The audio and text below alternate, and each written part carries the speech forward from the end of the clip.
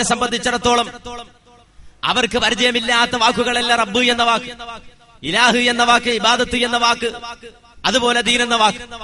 മുസ്ലിം സമുദായത്തിലെ അങ്ങേയറ്റം അറിവ് കുറഞ്ഞ ആളുകൾക്ക് പോലും ഈ 4 വാക്കുകളെ സംബന്ധിച്ചറിയാം. ആ 4 വാക്കുകൾ അവർ മനഃപ്പാടമാക്കിയതാണ്. പക്ഷേ മൗദൂദി സാഹിബ് മുസ്ലിം സമൂഹം അതുവരെ മനസ്സിലാക്കിയതിൽ നിന്ന് വ്യത്യസ്തമായ നിലക്ക് ഈ വാക്കുകൾക്ക് പുതിയ വ്യാഖ്യാനങ്ങൾ നൽകി. അതിനെ സംബന്ധിച്ച് ഈ പുസ്തകത്തിൽ തന്നെ പറയുന്നത് നോക്കൂ. അറബി ഭാഷാ നിഘണ്ടുക്കളിലും ഹദീസ് തഫ്സീർ ഗ്രന്ഥങ്ങളിലും പ്രസ്തുത ശബ്ദങ്ങളുടെ ആശയങ്ങൾ പ്രതിപാദിക്കപ്പെട്ടിട്ടുണ്ട്. എങ്കിലും അവയെ ഒരു പ്രത്യേക രീതിയിൽ തെരഞ്ഞെടുത്ത് സൂക്ഷ്മ വിശകലനങ്ങളോടെ ക്രോഡീകരിച്ചയാൾ യശശരീരനായ സയ്യിദ് അബുൽ അല മൗദൂദിയാണെന്ന് പറയാം എന്നാണ് ഈ പുസ്തകത്തിന്റെ അവതാരികയിൽ തന്നെ എഴുതി ചേർത്തിട്ടുള്ളത്. നമ്മളിവിടെ മനസ്സിലാക്കേണ്ട മർമ്മപ്രധാനമായ ഒരു കാര്യം, മൗദൂദി സാഹിബ് വരുന്നതിന് മുമ്പ് റബ്ബ്, ദീന്, ഇബാദത്ത്, ഇലാഹ് എന്ന ഇസ്ലാമിലെ അടിസ്ഥാനപരമായ 4 സാങ്കേതിക ശബ്ദങ്ങൾ അള്ളാഹുവിന്റെ ഖുർആനിൽ വിശദീകരിച്ചു, പ്രവാചകന്റെ ഹദീസിൽ വിശദീകരിച്ചു, അറബി ഭാഷാ നിഘണ്ടുക്കളിൽ വിശദീകരിച്ചു, അതുപോലെ തന്നെ ഖുർആൻ വ്യാഖ്യാന ഗ്രന്ഥങ്ങളിൽ വിശദീകരിച്ചു.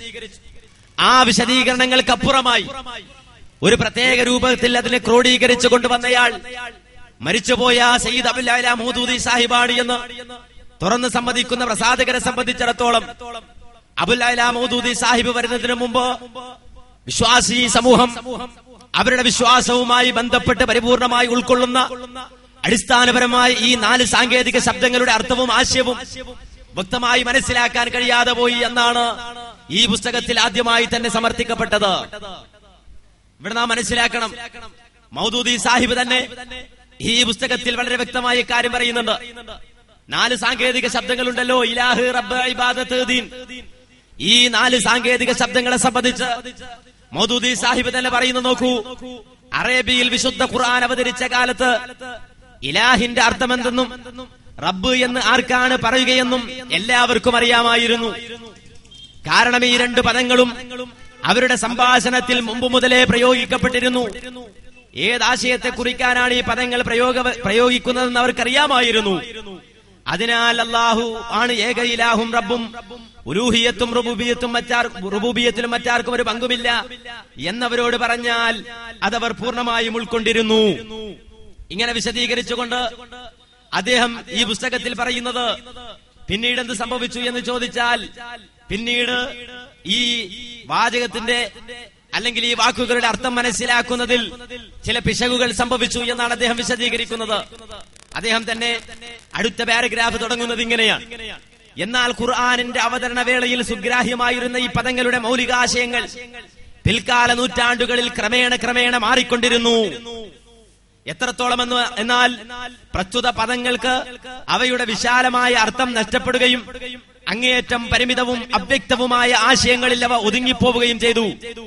കളങ്കമറ്റ അറബി ഭാഷാ സ്വാധീനത്തിൽ സംഭവിച്ചു പോയ അപജയമായിരുന്നു അതിനൊരു കാരണം. ഖുർആന്റെ അവതരണ വേളയിൽ അനിസ്ലാമിക സമൂഹത്തിൽ ഇലാഹ്, റബ്ബ്, ഇബാദത്ത്, ദീൻ എന്നീ പദങ്ങൾക്ക് പ്രചാരത്തിലുണ്ടായിരുന്ന അർത്ഥങ്ങൾ പിന്നീട് ഇസ്ലാമിക സമൂഹത്തിൽ ജനിച്ചു വളർന്നവരെ സംബന്ധിച്ചിടത്തോളം അവശേഷിച്ചിരുന്നില്ല എന്നതാണ് മറ്റൊരു കാരണം. ഈ 2 കാരണങ്ങളാൽ പിൽക്കാലത്ത് വന്ന ഭാഷാകൃതികളും വ്യാഖ്യാന ഗ്രന്ഥങ്ങളും മിക്ക ഖുർആനിക പദങ്ങളെയും അവയുടെ മൗലികമായ ഭാഷാർത്ഥങ്ങൾക്ക് പകരം അന്ന് മുസ്ലിങ്ങൾ മനസ്സിലാക്കിയിരുന്ന അർത്ഥങ്ങളിൽ വിശദീകരിച്ചു തുടങ്ങി എന്നാണ് മൗദൂദി സാഹിബ് അതിനെ സംബന്ധിച്ച് വിശദീകരിക്കുന്നത്. അപ്പോൾ മൗദൂദി സാഹിബ് വളരെ വ്യക്തമായി പുസ്തകത്തിന്റെ തുടക്കത്തിൽ തന്നെ പറയുന്നത് ഇലാഹ്, റബ്ബ്, ഇബാദത്ത്, ദീൻ എന്ന അടിസ്ഥാനപരമായ 4 സാങ്കേതിക ശബ്ദങ്ങൾ, ആ 4 സാങ്കേതിക ശബ്ദങ്ങളുടെ യഥാർത്ഥമായ വിശദീകരണവും അതിന്റെ വ്യാഖ്യാനവും ഖുർആൻ അവതരിച്ച കാലഘട്ടത്തിലെ ജാഹിലിയ സമൂഹത്തിന് വളരെ നന്നായി അറിയാമായിരുന്നു. എന്നാൽ പിന്നീടുള്ള ആളുകൾക്ക് അത് അറിയാതെ പോയി. ആ മറക്കപ്പെട്ടു പോയ ഖുർആനിക സൂക്തങ്ങളുടെയും അതുപോലെ തന്നെ ഈ അടിസ്ഥാനപരമായ 4 സാങ്കേതിക ശബ്ദങ്ങളുടെയും യഥാർത്ഥമായ വിശദീകരണം പിന്നെ പറയുന്ന ആള് മൗദൂദി സാഹിബാണ് എന്നാണ് സമർത്ഥിക്കുന്നത്. അപ്പൊ നമ്മൾ മനസ്സിലാക്കണം, ഈ 4 സാങ്കേതിക ശബ്ദങ്ങൾ റബ്ബ് എന്ന് പറയുന്ന വാക്കും, ഇലാഹ് എന്ന് പറയുന്ന വാക്കും, ഇബാദത്ത് എന്ന് പറയുന്ന വാക്കും, ദീന് എന്ന് പറയുന്ന വാക്കും, ഈ 4 ശബ്ദങ്ങളുടെ യഥാർത്ഥമായ അർത്ഥം അറിയാമായിരുന്ന ആദ്യ സമൂഹം അബൂജഹൽ അടങ്ങുന്ന, ഉത്ബത്ത് അടങ്ങുന്ന, ശൈബത്ത് അടങ്ങുന്ന മക്കയിലെ ആളുകളാണ്. പ്രവാചകന്റെ എതിരാളികളാണ്, ജാഹിലിയ സമൂഹത്തിലെ ആളുകളാണ്. പിന്നീട് അതേ രൂപത്തിൽ അത് മനസ്സിലാക്കുകയും വിശദീകരിക്കുകയും ചെയ്ത ആള് മൗദൂദി സാഹിബാണ് എന്നാണ് ഈ പുസ്തകത്തിൽ പറയുന്നത്. അപ്പോ ജാഹിലിയ സമൂഹത്തിനും മൗദൂദി സാഹിബിനും ഇടയ്ക്കുള്ള ഈ ലോകത്ത് ജീവിച്ചു പോയ പണ്ഡിതന്മാർക്ക്, ഭാഷാ പണ്ഡിതന്മാർക്ക്, മുഫസ്സിറുകൾക്ക്, ഖുർആൻ വ്യാഖ്യാതാക്കൾക്ക്, മുഹദ്ദിസുകൾക്ക്, ഹദീസ് വ്യാഖ്യാതാക്കൾക്ക് ഈ സാങ്കേതിക ശബ്ദങ്ങളുടെ അർത്ഥം മനസ്സിലായില്ല എന്ന് തുടക്കത്തിൽ തന്നെ പറഞ്ഞുകൊണ്ടാണ് മൗദൂദി സാഹിബ് പുതിയ പുതിയ വ്യാഖ്യാനങ്ങളും അർത്ഥങ്ങളും ഈ 4 സാങ്കേതിക ശബ്ദങ്ങൾക്ക് നൽകുന്നത്. എന്നിട്ട് മൗദൂദി സാഹിബ് അതുവഴി സമർത്ഥിക്കാൻ ശ്രമിച്ചത് എന്താണെന്നറിയുമോ? ഇലാഹ് എന്ന് പറയുന്ന വാക്ക്, ആ വാക്കുകൊണ്ട് ഉദ്ദേശിക്കുന്നത് പടച്ചതമ്പുരാൻ. ആ പടച്ചതമ്പുരാൻ ഇലാഹാണെന്ന് പറയുമ്പോ ആധിപത്യം അവനാണ് എന്ന നിലക്കാണ്.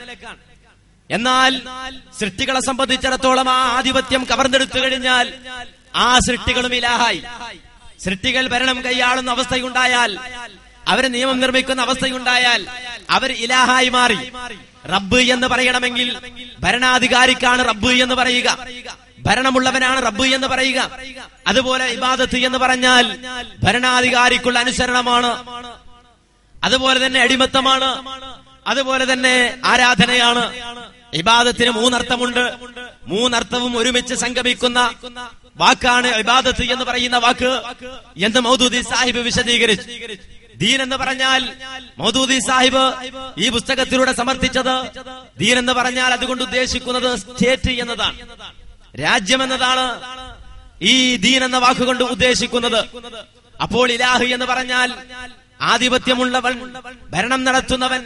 റബ്ബ് എന്ന് പറഞ്ഞാൽ ഭരണാധികാരി, ഭരണമുള്ളവൻ. അതുപോലെ തന്നെ ഇബാദത്ത് എന്ന് പറഞ്ഞാൽ ഭരണാധികാരിക്കുള്ള അനുസരണം.